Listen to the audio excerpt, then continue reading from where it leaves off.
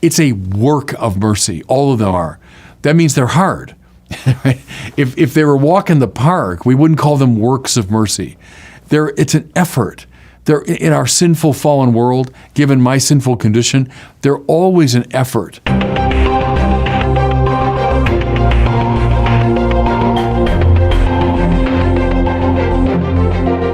Welcome back to the Word on Fire show. I'm Brandon Vaught, the host and the senior publishing director at Word on Fire.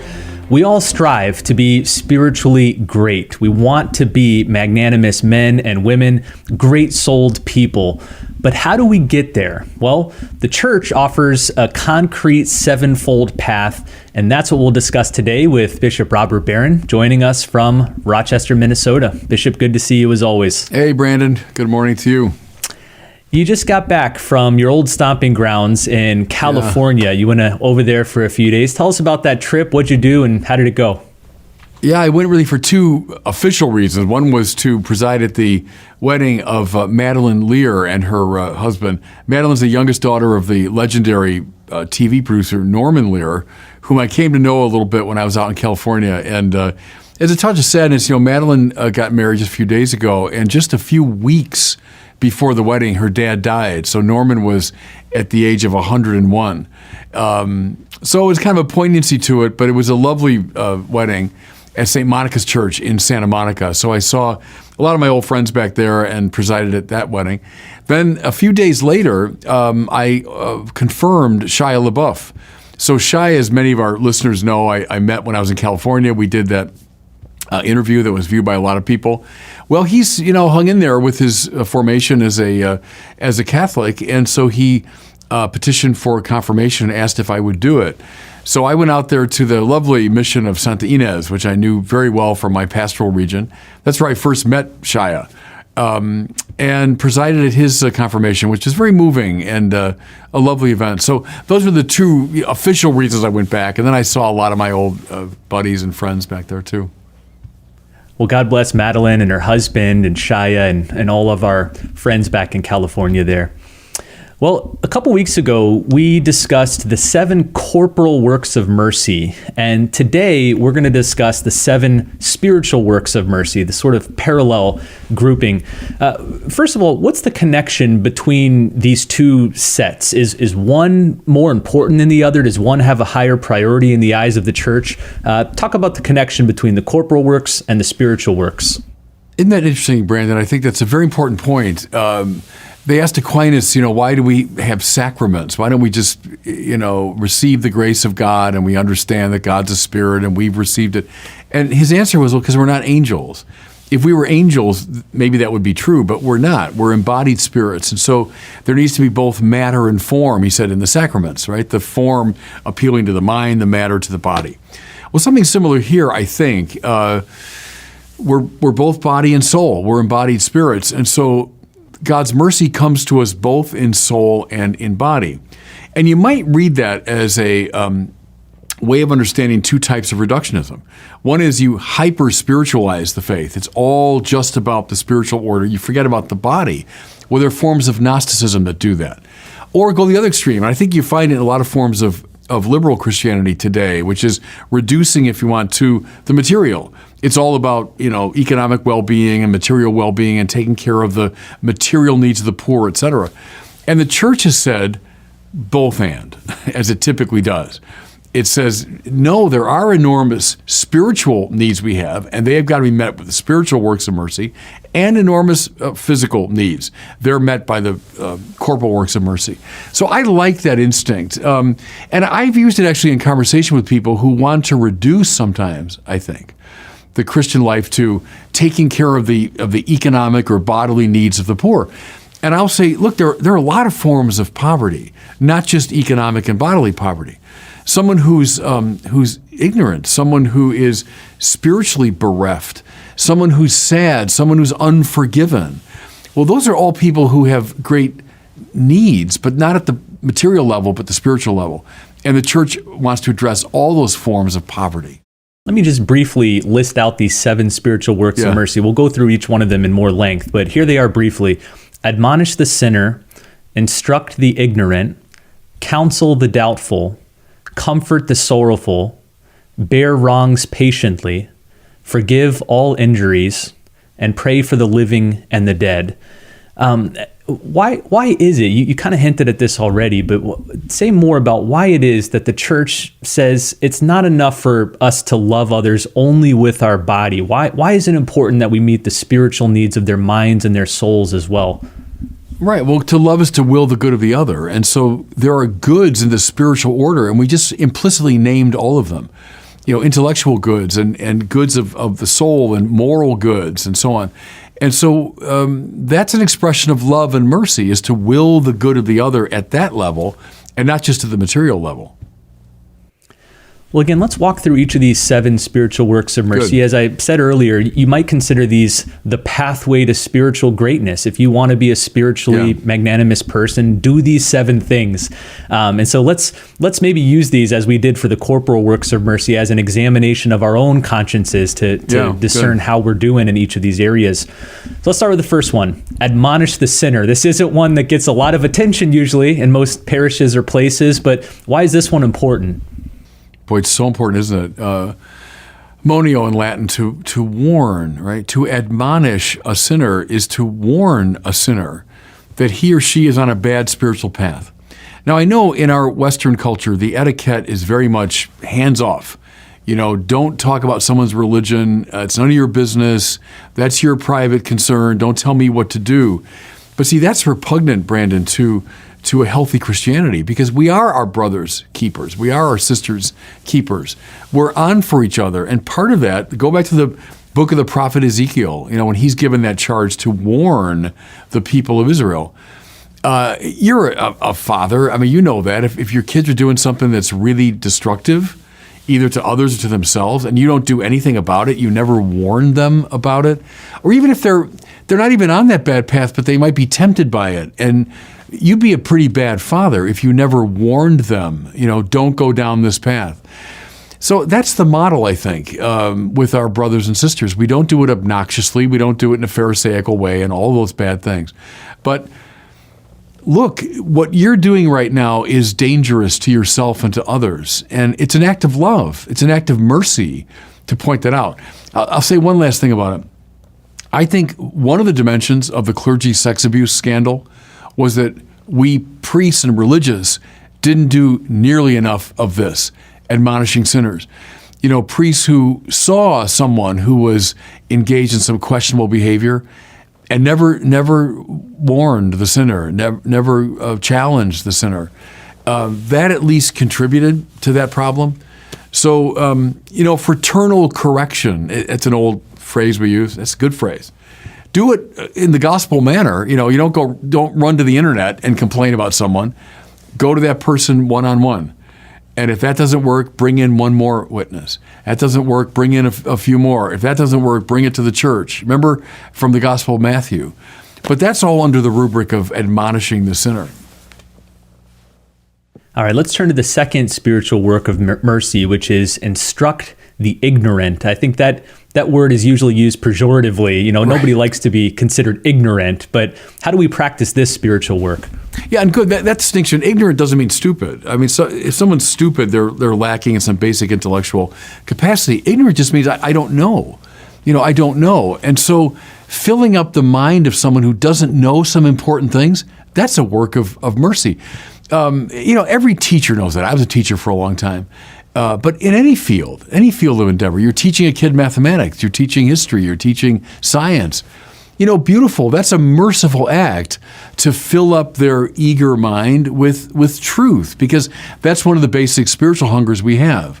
I used to tease my students at Mundelein over the years. I would say, that's the work of mercy that I practice on a regular basis. I instruct the ignorant. I would gesture to them. They never seem to like that.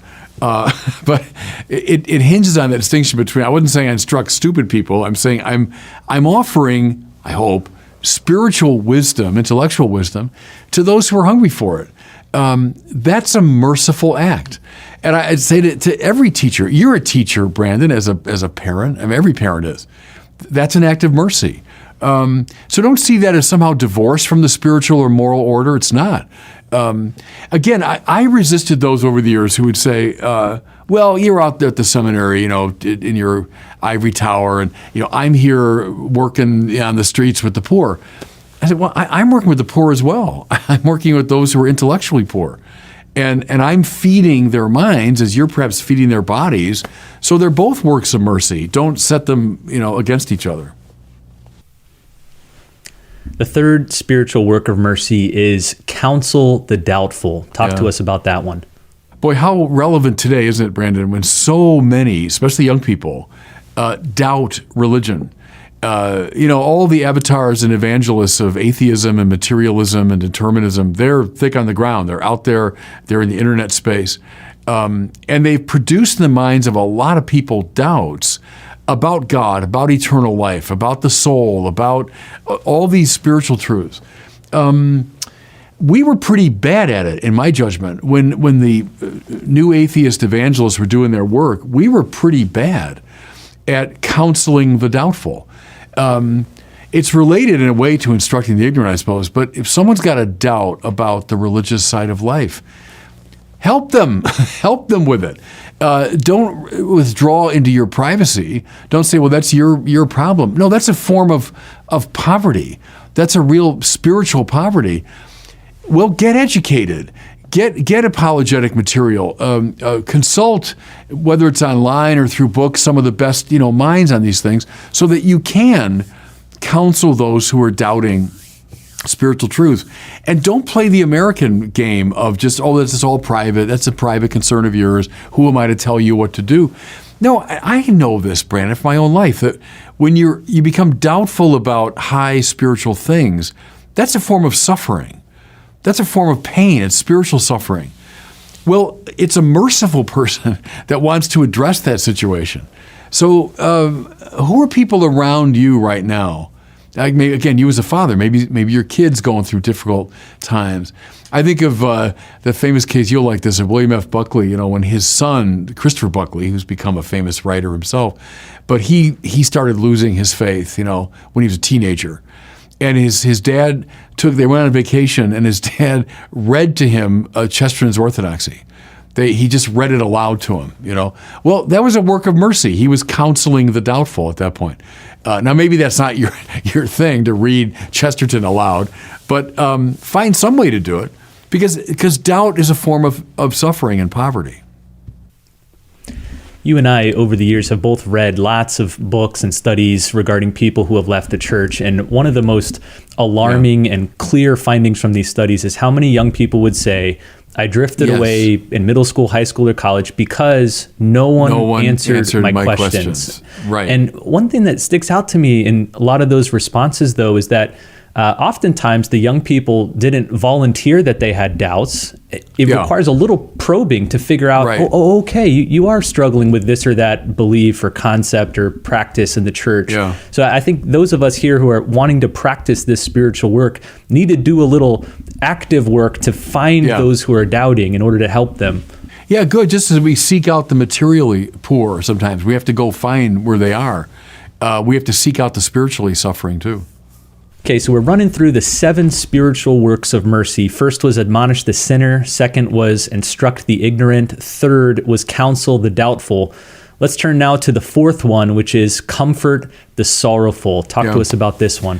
It's so fundamental, isn't it? Everyone is sorrowful in some way. I don't know a human being on planet Earth right now who isn't suffering in some way or mourning something. But think of more extreme cases. Someone who's just lost a loved one. Someone who is lonely.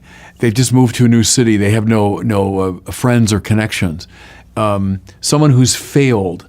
They wanted something and it didn't happen. Someone's just been fired from her job.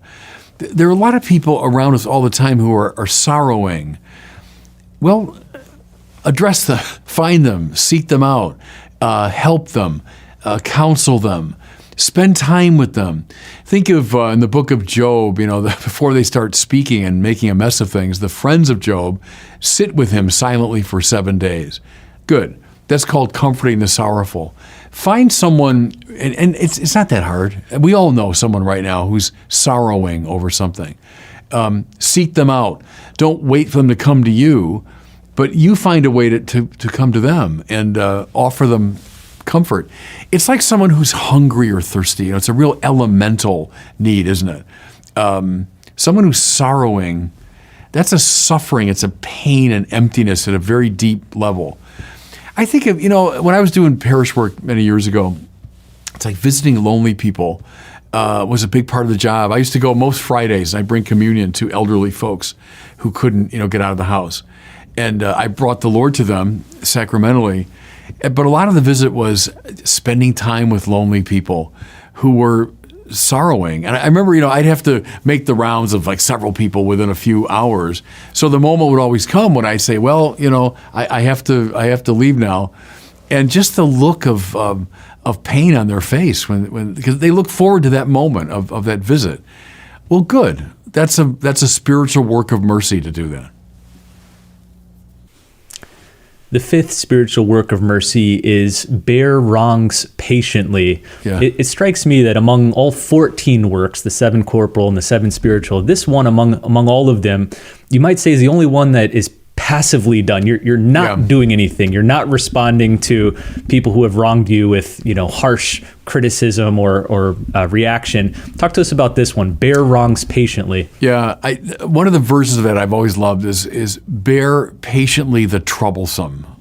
So we all know what that's about. There are people in our lives, we come across them practically every day, who for whatever reason are just difficult to be with. They're troublesome. They are annoying. They're boring. They're tedious and tiresome. They're intrusive.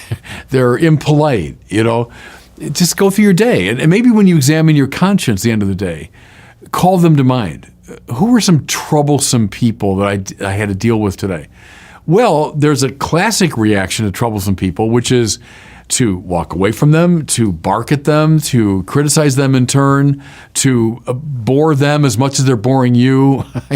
There's all ways that we can deal with the troublesome, or we could bear it patiently.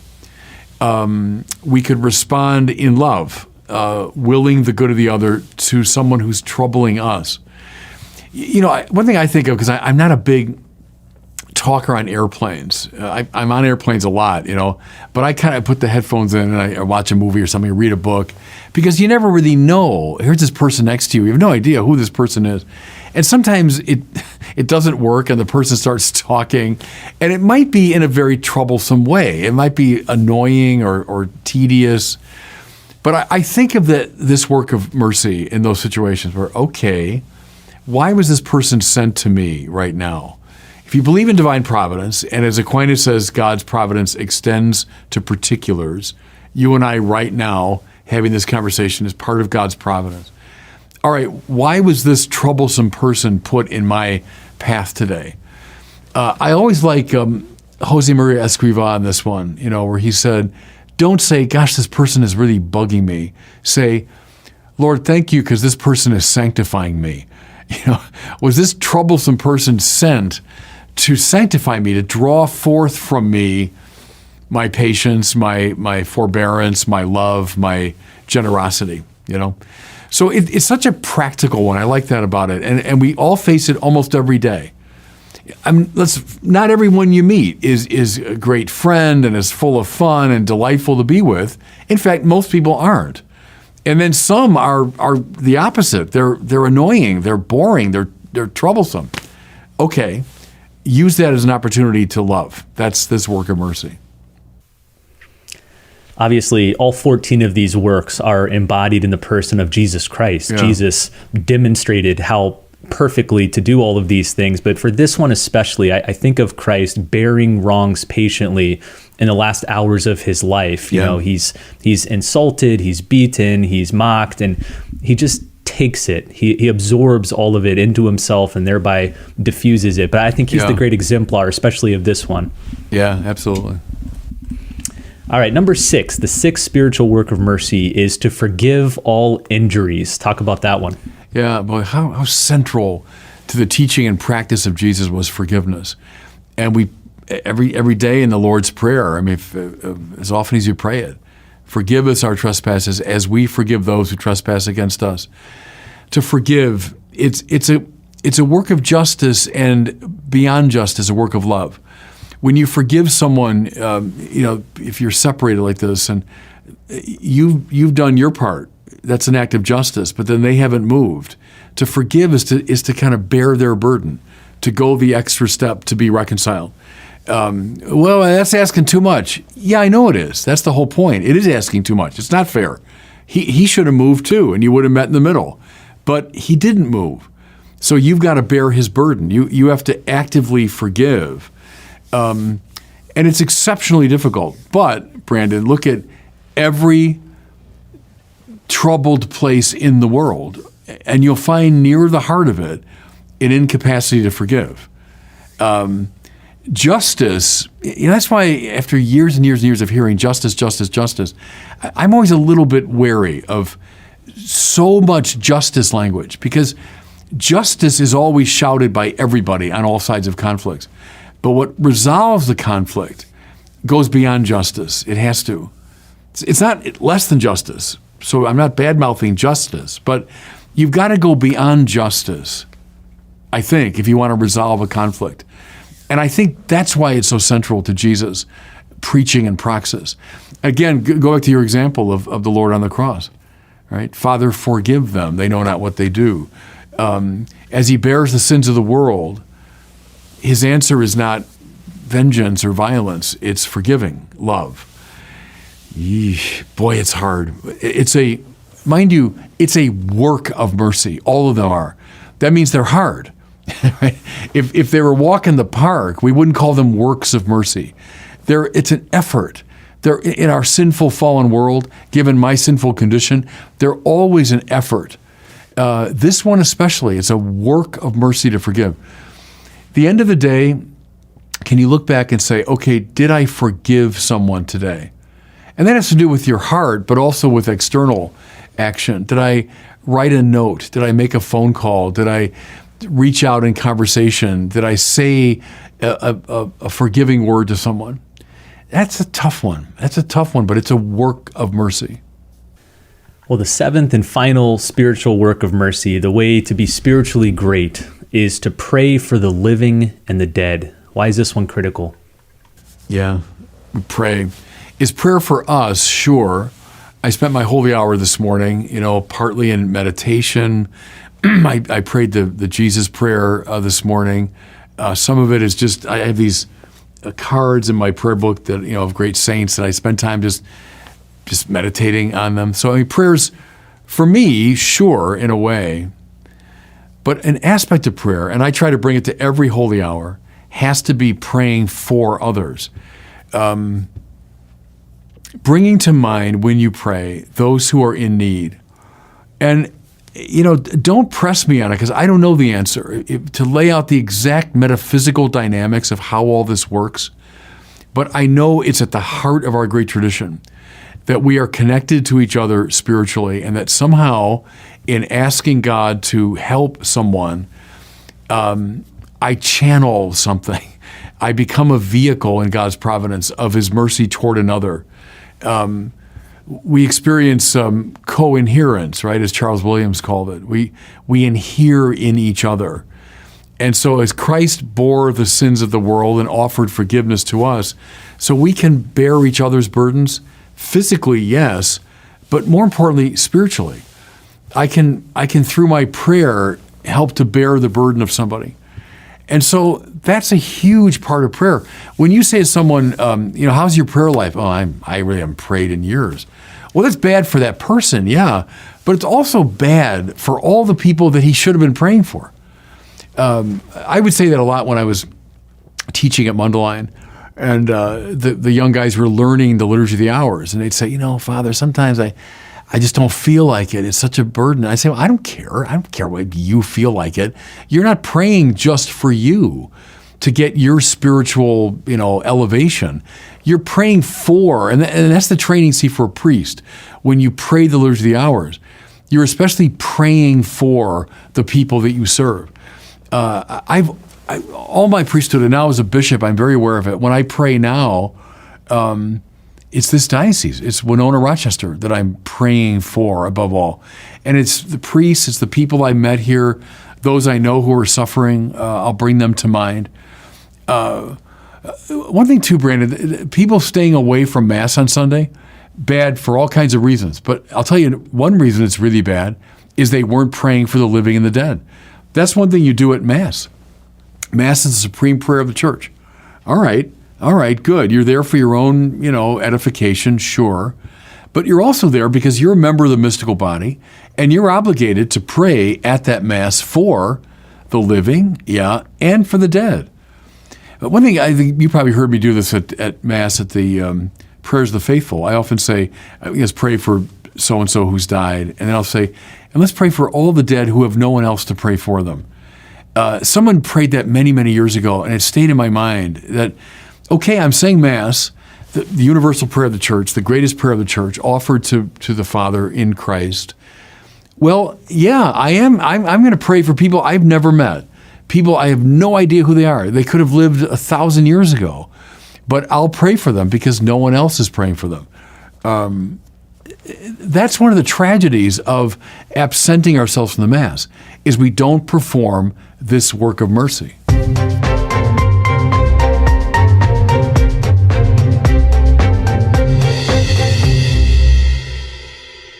Well, it's time now for our question from one of our listeners. Today we have a question from Matt, who lives in New York. Matt has been away from the church for many years and wonderfully has decided to come back. But he's got a question for you, Bishop, upon his return. Here's his question. Okay. Hi, Bishop Barron. This is Matt from New York. I'm coming back to the church from about a 15-year absence, and all the words changed. What happened? Thanks. That's a New York question. I like that. That's a direct question.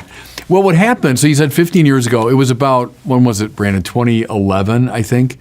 We made these liturgical changes. So it's been a while now. Gosh, well, it'll be, 13 years now. It's hard to believe it's been that long. But after a long process involving ICEL, which is the International Commission on English and the Liturgy, what was the other? Vox Clara. There were a couple of these great bodies that considered the liturgical text.